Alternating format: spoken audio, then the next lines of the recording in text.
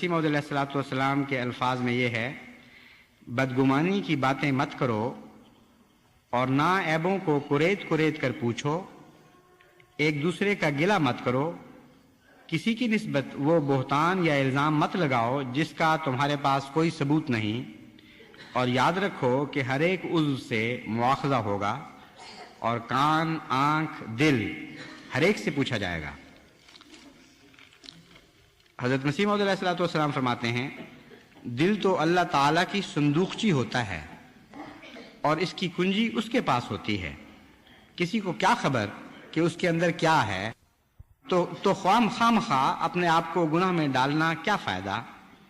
حدیث شریف میں آیا ہے کہ ایک شخص بڑا گناہگار ہوگا، خدا تعالیٰ اس کو کہے گا کہ میرے قریب ہو جا، یہاں تک کہ اس کے اور لوگوں کے درمیان اپنے ہاتھ سے پردہ کر دے گا اور اس سے پوچھے گا کہ تو نے فلاں گناہ کیا، لیکن چھوٹے چھوٹے گناہ گنائے گا۔ وہ کہے گا ہاں یہ گناہ مجھ سے ہوئے ہیں، یا میرے اللہ یہ گناہ بھی مجھ سے ہوئے ہیں۔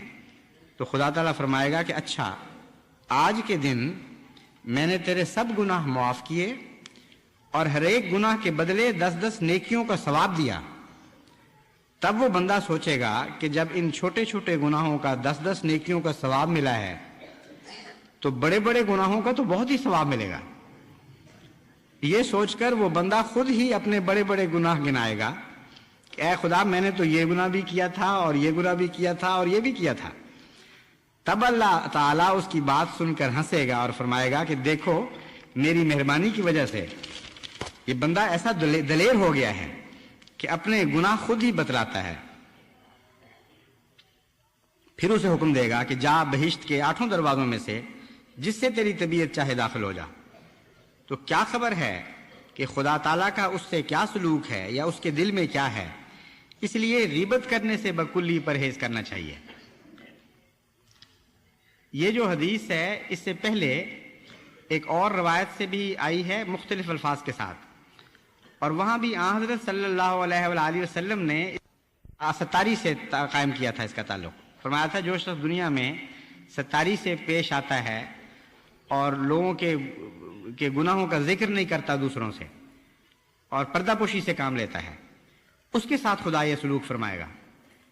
ایک اور حدیث میں ایک اور طرح یہی روایت بیان ہوئی ہے، یہی مضمون ایک اور طریق پر بیان ہوا ہے۔ حضرت مسیح موعود علیہ السلام نے وہ مضمون پیش نظر رکھا، اور آخر پر غیبت کا مضمون اس سے باندھا ہے بڑے عجیب طریق پر۔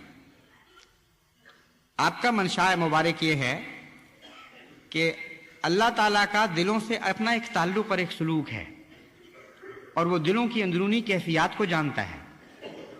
تمہیں بسا اوقات ایک انسان کے گناہ تو نظر آ جاتے ہیں، لیکن تمہیں یہ پتہ نہیں کہ وہ گناہگار آدمی اپنے دل میں کیا کیا محبتیں اپنے رب سے رکھتا ہے اور کیا کیا عاجزی کرتا ہے، اور کس کس طرح پیار سے اس کی رحمت کے قدم چومتا ہے اور عرض کرتا رہتا ہے کہ اے خدا مجھ سے عفو کا سلوک فرما۔ تو دلوں کے مالک تم نہیں ہو، دلوں کا مالک رب العالمین ہے، جو عفو ہے، جو ستار ہے، جو غفور ہے، جو رحیم ہے۔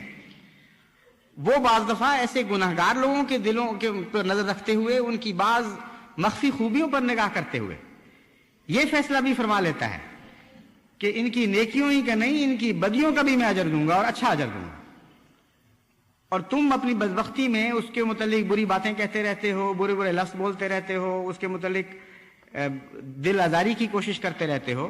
تو جس دل پر خدا کی ایسی پیار کی نظر بھی پڑ سکتی ہے، کیوں تم گناہ میں ملوث ہو کر اس دل کے متعلق بری باتیں کہتے ہو۔ یہ ہے معرفت کا نقطہ جس کو حضرت مسیح موعود علیہ السلام نے بیان فرمایا، اگرچہ بظاہر یہ بے جوڑ بات نظر آتی ہے جو سرسری نظر سے اس بات کو دیکھے کہ اس مضمون کا غیبت سے کیا تعلق ہے۔ اس لیے جماعت احمدیہ کو ان باریک باتوں پر نظر رکھنا چاہیے۔ جو خوف سے ڈرنے والے لوگ ہیں ان کے لیے وہ حدیث کافی ہے کہ قیامت کے دن ان لوگوں سے کیا سلوک ہوگا، اور جو نرمی اور محبت اور پیار سے ماننے والے لوگ ہیں وہ ان باتوں پر نگاہ کریں۔ ہم تو اللہ تعالیٰ کی رحمت کے بھوکے اور اس کے فقیر ہیں، اور کوئی انسان نہیں ہے بڑے سے بڑے اعمال والا بھی جو اللہ تعالیٰ کی رحمت سے مستغنی ہو سکے، اس کی بخشش سے مستغنی ہو سکے۔ اس لیے ان باتوں پر نظر کر کے ہی ان بدیوں سے باز رہنے کی کوشش کریں۔ ان کو چھوٹا نہ سمجھیں. عہد بیت میں بھی یہ بات داخل ہے کہ میں غیبت نہیں کروں گا، میں بدظنی نہیں کروں گا.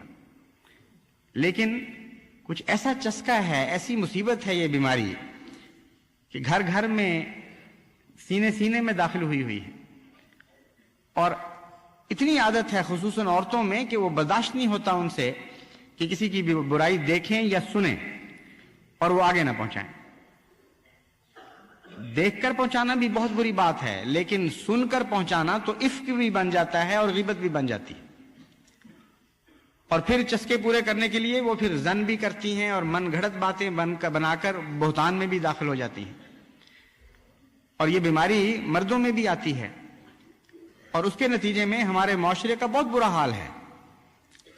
اور جیسا کہ میں نے بیان کیا ہے، قرآن کریم سے ثابت ہے کہ یہ بیماریاں قومی شکلیں بھی اختیار کریں گی، اور جب یہ قومی شکلیں اختیار کر جائیں گی اور قوموں کے تعلقات میں داخل ہو جائیں گی تو پھر انسان کی ہلاکت کا سامان کیا جائے گا. اور تمام دنیا میں نہایت ہی ہولناک آلات کے ساتھ جنگ لڑی جائے گی جو خوفناک آگ کی شکل میں دنیا پر لپکے گی اور دنیا کو تباہ و برباد کر دے گی. اور اس بد انجام کا تعلق اللہ تعالیٰ نے غیبت اور چغل خوری اور دل آزاری کے ساتھ رکھ دیا ہے. تو اس لیے کوئی معمولی بات نہ اس کو سمجھیں کہ کیا فرق پڑتا ہے، ذرا تھوڑا سا لطف اٹھا لیا چند باتیں کسی کے متعلق کہہ کر. یہ انفرادی بیماریاں قومی بن جاتی ہیں، معاشرتی بن جاتی ہیں، پھر آگے پھیل کر بین الاقوامی تعلقات میں داخل ہو جاتی ہیں، جیسا کہ اب ہو چکی ہیں. اور اس کے نتیجے میں اللہ تعالیٰ فرماتا ہے کہ پھر وہ ایٹم بم ایجاد ہوگا، جس کے متعلق ایک پوری صورت موجود ہے قرآن کریم میں، مختصر لیکن بڑی تفصیل سے اس کا ذکر کرنے والی. تو اس لیے آپ کو بہت ہی مضبوط ارادے کے ساتھ اور قوی فیصلے کے ساتھ ان بدیوں کے خلاف جہاد کرنا چاہیے. شروع میں بہت تکلیف ہوگی، کیونکہ عادت گندی سے گندی چیز کی بھی ہو، جب وہ عادت پوری نہ ہو تو انسان کو تکلیف پہنچتی ہے. آپ حیران ہوتے ہیں یہ افیمیوں کو کیا ہو گیا ہے، کیا بےہودہ سی چیز ہے، کڑوی گندی مکروہ سی چیز، اور آتے ہیں اس کے نتیجے میں بگڑنے والی، لیکن مرتے جاتے ہیں افیم کے بغیر. تو عادت کسی چیز کی ہو، گندی سے گندی چیز کی بھی ہو، جب وہ عادت چھٹتی ہے تو بڑا تکلیف کا زمانہ ہوتا ہے. اس لیے میں جانتا ہوں کہ تکلیف ہوگی سب کو شروع میں، لیکن اس تکلیف کا علاج آن حضرت صلی اللہ علیہ وآلہ وسلم نے بیان فرما دیا ہے. جب غیبت کو دل چاہے تو اپنے بھائیوں کی برائی کرنے کی بجائے ان کے لیے دعا کیا کریں، اور دعا ایک لذت بخشے گی آپ کو. اس دعا کے نتیجے میں آپ کے اندر عظمت کردار پیدا ہوگی، آپ کے دل کو تسکین حاصل ہوگی. اور چونکہ خلا نہیں رہ سکتا، صرف بدی کو دور کرنا کوئی حقیقت نہیں رکھتا، اس لیے حضرت اقدس محمد مصطفیٰ صلی اللہ علیہ وآلہ وسلم کے فرمان کے مطابق دعاؤں کے ذریعے ان بدیوں کو دور کریں، اور ان بھائیوں کے لیے دعا کے ذریعے بدیوں کو دور کریں جن بھائیوں کو آپ کی زبانیں اور آپ کے زن نقصان پہنچاتے ہیں. اللہ تعالیٰ رحم فرمائے. میں نے تو یہاں تک دیکھا ہے کہ جس شخص کے ہاتھ پر یہ بیعت کی جاتی ہے کہ میں بدظنی نہیں کروں گا، میں غیبت نہیں کروں گا، بہت سے بدقسمت اس شخص کو بھی بدظنی اور غیبت سے الگ نہیں رکھتے.